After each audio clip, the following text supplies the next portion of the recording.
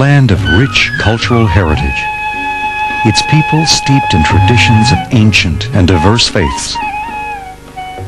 Indian life, Indian art, and perhaps most of all, Indian architecture display the diverse panoply of significant and powerful symbols, expressive of the innermost life of the spirit of man. Symbols that unite man with his Creator.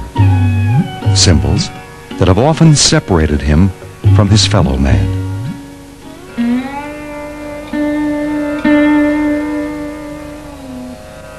400 years ago, Shah Akbar, the greatest of the Mughal emperors, from his magnificent palace near Agra, dreamed of uniting all the diverse people of India under the banner of one universal faith.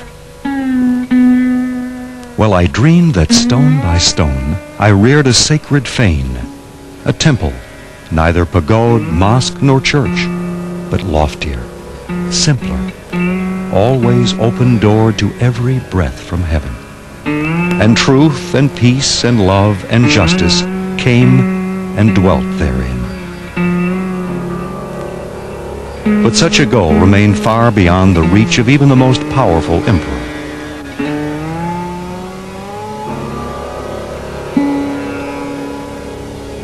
In 1880, Jamal Effendi sailed to Bombay, bringing the Bahai faith, the teachings of Baha'u'llah, to the Indian subcontinent. The Bahai faith, newest of the world's major religions, proclaimed the underlying spiritual unity of the diverse peoples and religions of humankind, the impending fulfillment of Akbar's dream, a truly universal religion.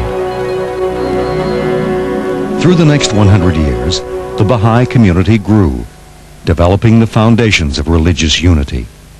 The young Baha'i community longed to build a unique temple that all the people of India could recognize as their own. After a century of germination, a remarkable lotus-shaped temple has blossomed in the heart of India. Attracting more than 2 million visitors a year, rivaling the Eiffel Tower and the Taj Mahal, the new temple welcomes people of all races, all religions, all cultures, and all classes.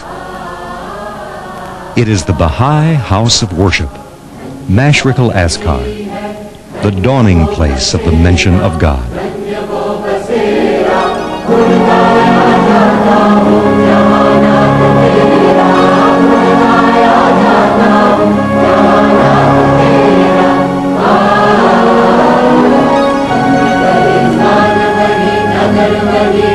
It is an achievement of the human spirit, marking the conclusion of the first century of the Baha'i faith in the Indian subcontinent.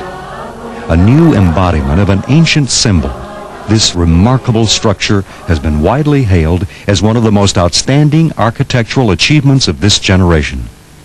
The Times of London called it the Taj Mahal of the 20th century. Its design is a unique blend of today's most advanced technologies with traditional craftsmanship. In its structure is the labor and commitment of the people of India. In its concept is a unity embodied in a symbol that lies at the heart of India's spiritual heritage, the lotus flower. The temple itself reflects qualities of the community that built it, followers of Baha'u'llah, the glory of God, prophet founder of the Baha'i faith.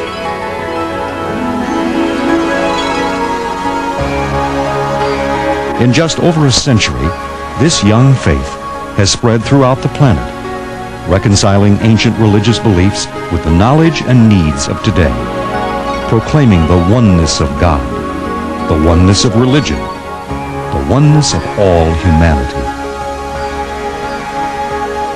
The beginnings of the temple project go back to 1921, when the young Indian Baha'i community petitioned Abdu'l-Baha for permission to build a house of worship in Bombay. Abdu'l-Baha replied, "By the will of God, a majestic Mashriq al-Azkar will be erected in one of the central cities of India in the future." Eventually, a site was chosen near the southern edge of New Delhi.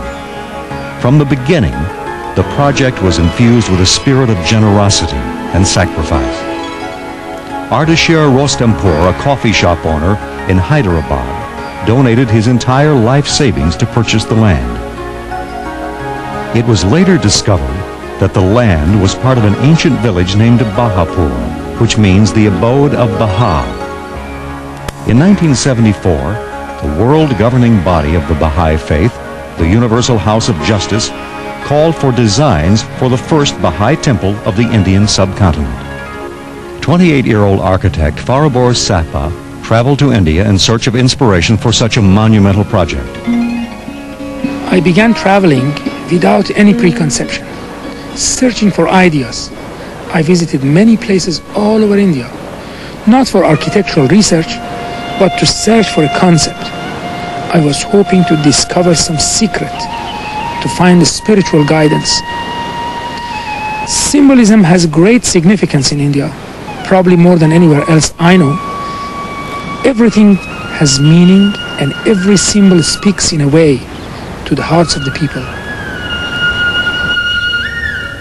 In a small city of India, I met a man, an ordinary Baha'i, who was here that I am going to design about the temple and this.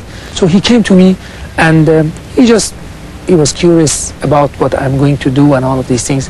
And then for the first time, he mentioned to me the lotus. I was impressed by his enthusiasm, but the concept itself did not attract me. Yet, as I returned to travel, everywhere I went, I saw the lotus in front of me. I could not escape from this concept. I was seeing it everywhere.